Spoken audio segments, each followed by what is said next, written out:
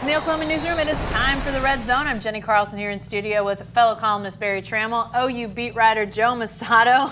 Guys, I didn't know we needed hand signals, but on signing day, you needed a lot of energy if you were around Norman because there was a lot going on, Joe, and Lincoln Riley might just chest bump you. You know, you just never knew what this guy was going to do. He got excited several times, and for good reason. They got a really good signing class. Yeah, they came into the day with an already good signing class, a top 10 nationally ranked signing class. They ended the day with 3 more defensive commits than they started it with. Marcus Stripling and Jeremiah Cradell, a couple of 4-star defensive commits, and then Ty DeArmond, a safety commit that flipped from Arizona State to Oklahoma on signing day. So those were all sort of, they were all in on those guys going into the day, but to get all 3 of them and have all the previous 19 that were already committed signed, they ended up as the 6th-ranked signing class. Well, by my math, a class of 22 and 12 defensive guys, which, Barry, with all of the uncertainty, with all of the poor play, to go out and get these great defensive guys, I'm having trouble wrapping my head around it. Explain it to me, please. Well, let's hold our horses on whether they're great defensive guys. I mean, some of the guys out there not tackling and not covering today were, in theory, great defensive guys. So who knows?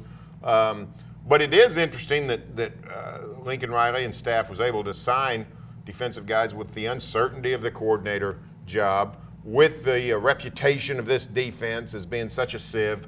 So, they got some guys that everybody wanted, the upper crust wanted, so that's a good start. But it's not like they've been signing a bunch of schlubs for the last 4 years. So let's see if they need a culture change defensively. Maybe these guys can be part of that. Maybe guys like Perkins and Redmond and people from last year's group that seem really the real deal can go ahead and instigate that along with these guys. We'll see, but clearly the defense has to change at Oklahoma, and Lincoln Riley appears to be trying to do that. Well, Joe, it doesn't look like these guys are at all dissuaded by not knowing defensive coordinator style. I wrote earlier in the week that obviously defensive coordinators, most coordinators in general, come in, get to hire at least a couple position coaches. So who knows who's going, who's coming, what they're bringing. But these recruits don't seem at all dissuaded by it, just not knowing. Yeah, that was my biggest takeaway from yesterday is how in the world are they getting new defensive commits with no permanent defensive coordinator in place when all the uncertainty that these defensive staff members that are recruiting them, they might not be there next year. They might not ever play for these guys who are recruiting them. And that's the biggest thing for me is Lincoln Riley I think we knew he was an elite recruiter, right. But it's not like because he's an offensive guy, he's just recruiting offensive players. He's in on all these defensive players. He went and saw them at the last minute to try to get them to commit. 7 4-star defensive commits. I mean, they get Cradell on national TV yesterday, and he doesn't seem worried about not having a defensive coordinator. So maybe that was blown out of proportion a little bit based on the results yesterday. Barry, Joe references the on national TV announcement, and OU football gave us a behind-the-scenes look of Lincoln Riley's reaction, and I mentioned the chest bumping. I don't think he chest bumped anybody that I saw on camera, but he came pretty close, and you wrote about the fact that this looks like a guy who enjoys the recruiting side of being a college football coach, and all this talk about could Lincoln Riley jump to the NFL. This is something he would lose if he goes to the NFL. Well, yeah, and you said maybe not chest bump. Chest bumping would have been a step down in emotion. He hugged 3 people that I saw. He pumped his fist like Tiger Woods on the 18th green at Augusta with yeah, only much louder. I don't want to offend your sensibilities. I mean, he literally acted, if you're too young to remember VJ Day on the streets of New York, that's what it looked like in the OU headquarters yesterday. And it just seems like this is not a guy ready to go to the NFL and get away from the world of recruiting. Yeah. I mean, a lot of coaches on the college level, every sport, leave because of recruiting. They just think, chasing 18-year-olds is really not the way I want to spend my life. Lincoln Riley seems to relish it and thrive in it. So maybe he's going to go to the Green Bay Packers. Maybe he's going to go reunite with Baker Mayfield, but it certainly doesn't seem so. Joe, as we put a bow on signing day, and we've got to look ahead because Next week's game week, guys. I mean, there's a game coming up that's... Who they playing? Where are they going? What are they doing? This recruiting class, you mentioned the 4 stars. They got some 5 stars. They got some guys that look like they could be fairly quick impact guys. Who do you feel like could make the quickest impact in this group? And is that guy or couple guys potentially the biggest stars out of this group? I think Theo Weiss and Trajan Bridges, a couple of the receiver commits that they got, are the guys that can have the biggest impact because, they're potentially losing a couple receivers. And I just feel like that's a position you're able to step into more and really play well quickly. And the one I think everyone's going to be watching the most is Spencer Rattler, the quarterback. Now, he's not an early enrollee, so if he's going to perhaps win that starting job, it would be very condensed. But he's a guy, We'll see what happens with Austin Kendall. We'll see what happens with Tanner Mordecai. Right. We'll see if they get Justin Fields or some other high-profile transfer potentially. But Spencer Rattler has, sort of already been dubbed quarterback of the future, and I think that's what everyone expects from him. Well, let's roll into something else we found out yesterday on signing day, just having a chance to sort of interact with Lincoln Riley. It's that Austin Kendall has graduated, which we didn't expect to be the case. Barry, this might open the door to him grad transferring, going somewhere else. Of course, the position's wide open. If he was in a great battle with Kyler Murray, maybe he's in line to be the next OU Heisman winner. But still, this is very interesting. Well, it was to me. I never assumed that Austin Kendall might leave, but I heard Toby Rowland on the radio earlier this week, the OU play-by-play guy, say, who knows if Austin Kendall will be back or not? What do you mean, who knows? Is he leave? Austin Kendall might leave? The job appears to be, he appears to be the leader for the job. So I found that very interesting. And then, when you find out he's graduating, he can go play somewhere immediately. I don't know what's going to open. And to me, that made the OU quarterback job for next season just even more wide open, more of an unknown landscape. And, maybe he knows something. Maybe somebody knows something that a grad transfer's coming in. Whether it's whoever it might be. Cahill Tate at Arizona announced yesterday he's going to stay at Tucson. He's a heck of a player. But there have been other guys mentioned, so who knows what's going to happen. Yeah. What we're seeing is more and more, though, that college football is more and more moving towards limited free agency, where you do see much more player movement than you used to. The old days of stagnated rosters, long gone. Well, and, obviously you mentioned Spencer Rattler earlier, Joe, and I don't know if he could play next year, but nobody promises anything to any of these recruits, obviously, but you sort of wonder how much does that factor in potentially to Austin Kendall. But still, we heard he was locked in a battle with a guy that now had arguably the best single season at quarterback we've seen in OU history. Austin Kendall's already got top 10 odds to win the Heisman next year. So I think whoever's already placed those bets sure hopes he returns to Oklahoma and not in another offense. So, yeah, it's interesting because even though everyone's calling Rattler the quarterback of the future, you didn't expect that he would step in right away, not being an early enrollee guy, and that the job was going to be Austin Kendall's, if indeed the race between him and Kyler Murray was truly that close.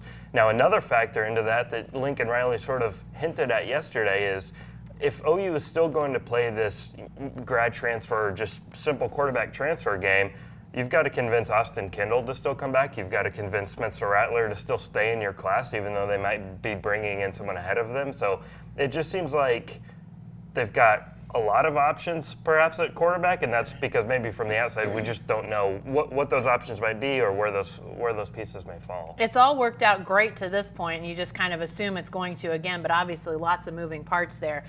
Something to keep an eye on as we head into the offseason, but as I said, we're not to the offseason yet. Sooners still have a very important game ahead of them with that national semifinal on December 29th against Alabama, and again, some talk coming out of signing day. A big topic of conversation, Marquis Brown. But, Joe, we didn't find out much about Marquis Brown and whether he might be available or not. What's your sense from what you're hearing of where things stand with him? Nothing definitive from Lincoln Riley yesterday, and I think at this point it's up in the air. I mean, maybe the longer this goes, I would lean toward maybe he's not going to play. But Lincoln Riley went from, after the college football playoff announcements, was hopeful that Marquis Brown was going to play. And then yesterday, it was just no update. Now, if he was 100% out there on the practice field, we don't know because we don't get to see practice, but he's not going to say anything with Nick Saban listening on the other end if Marquis Brown is going to be able to play or not. How much does that change, Barry, in your mind? We've seen Marquis Brown be slowed this season in play. We've seen, you have to play some without him. How does it change their offense if he's not available? Well, defensively, you don't have to be as concerned with the stretched field. Now, OU still has some home run hitters. They've thrown deep to CeeDee Lamb, Lee Morris on the seam route. Those kinds of things are still in the playbook and still effective. But Marquis Brown is a singular weapon in terms of his big play ability, really in college football. There's nobody really like that. He's a game changer. And if you don't have to account for that, which it'll take Alabama, about 2 series to figure out, we don't have to worry about that. They'll be ready to adjust. The differences are minute. They're small, but small sometimes are what affects a football game. So Sooners, if they can't throw the deep ball, and the other thing is one thing Lincoln Riley has done is he's turned Brown into a big play guy with the short pass. The little crossing route, the short cross, just 2 or 3 yards beyond the line of scrimmage. He's so fast he can turn that into a 15, 20-yard gain. All kinds of elements of the OU offense are predicated on the speed of Marquis Brown. So without him, this offense looks a little different. Well, and Joe, even if he just runs straight down the field and doesn't catch many passes, that changes what defenses have to do in a lot of instances, and we know he's much more dynamic than that. So I have to think, OU's probably standing around his ankle and chanting or doing whatever other things they need to do. But not even having him at practice, does that become a problem for Oklahoma, do you think? Well, at this point, we just don't know sort of the severity of it. And I mean, for pretty much the second half of the season, Marquis Brown played on an ankle that wasn't 100%. It happened in that TCU game. We saw him not be near as explosive in the couple games following that. Then he was finally back to full health. Then he re-injures it against Texas in the Big 12 title game. I think I don't know how big of a factor this is, but I think there's going to be a big difference between can he play on it if it's just sore and if he's going to have to go through some pain, but there's no chance to re-injure it. But if there is a chance to re-injure it, he's a projected first-round NFL draft pick now. You don't see anyone sitting out games that are playing in the playoffs, but he's got to take that into account, I would guess, if there is chance for re-injury or anything along those lines. The other big injury involving this national semifinals, obviously, Tua Tagovailoa, the Alabama quarterback. Do we have any better sense, Joe, with him, where he stands as far as his health? Well, at least from what he's saying, he said yesterday he's close to 100% now, and that he should be 100% by the game. He said he still has a little bit of a limp, which doesn't sound close to 100%, but at this point, he seems further along than Marquis Brown, and if those were the guys we're comparing, okay, are they both going to play, or are they both going to not play? Tagovailoa seems much closer to actually playing than Marquis Brown. Okay, Barry, what you said about Marquis Brown and how his absence would affect Oklahoma, is it a bigger – I mean, it seems almost silly to ask, but what you said about Brown is right. He changes things so much for Oklahoma's offense. And we saw Jalen Hurts, what he brought to Alabama. So if Tagovailoa is unavailable, is Alabama – do they ease into some sort of transition offensively better than Oklahoma would if Marquis Brown is out? I don't think so. It's a great point because of Jalen Hurts is such a experienced, capable backup, a guy with all kinds of big wins. But we've been spending the last 12 months, ever since that Georgia national title game a year ago, saying that this is the sum of all fears for Nick Saban to have a quarterback like Tua. He has an Oklahoma-type quarterback with an Alabama-type team. Cover your heads and get in the bomb shelter. So we can't all of a sudden say, well, it doesn't matter who's quarterback in Alabama. It does matter. Let me tell you, Lincoln Riley is hoping that Jalen Hurts goes all 4 quarters for Alabama because he can't stretch the field like Tua. He can't deliver the ball like Tua. Now, he does some other things, but OU will take those other things. When you have to stop the battering ram offense of Alabama and a quarterback that can throw it everywhere, you got little chance on defense. So I think if OU's without Brown and Alabama is without Tua, that's a trade Lincoln Riley would gladly take. Joe, how much of a challenge is this for Oklahoma's defense? I mean, in the same way that I'm sure for Alabama not knowing Marquis Brown, Oklahoma's defense has had troubles in a variety of ways this year. Is this a fairly big challenge for them to figure out how to prepare for two guys that could be pretty vastly different out there for Alabama at quarterback? Yeah, I think so, because I mean we've seen that they're probably in trouble either way, no matter who that quarterback is. But you know, they probably have different guys, maybe running scout team quarterback. Okay, this guy's Tua, whether it's a walk-on, whether it's even a defensive back, whether it's a skill position guy, probably are mimicking those two guys in different ways, preparing much so more for the pass if it's going to be Tua. Maybe more with the legs than Jalen Hurts, because I think Tua has more of this perception that he's a dual threat quarterback, which he can run when he gets out of the pocket, but he'd much rather stick back there and throw it, especially if he's going to be limited. So either way, the Oklahoma defense is in for quite a test. By the time we get together again for Red Zone, guys, next week, it's going to be game week. We're going to be almost to the national semifinal. Are you guys excited? I'm excited. I think this is going to be a heck of a matchup. You're asking me if I'm excited about an Oklahoma and Alabama national semifinal? Answer's yes. You just don't know me anymore, Jacko. I'm fired up like Barry. Just hold it in better, Joe. Right. All right, well, guys, that's it for Red Zone this week. But again, next week will be just a couple days from game day. We'll have our coverage team down there in Miami. We'll be calling them, getting them on the hook to tell us about what they're seeing, what they're hearing down there. So you're going to want to stay with us all the way till the national semifinal. Be sure to stay with the best coverage team anywhere at newsok.com and every day in the Oklahoman.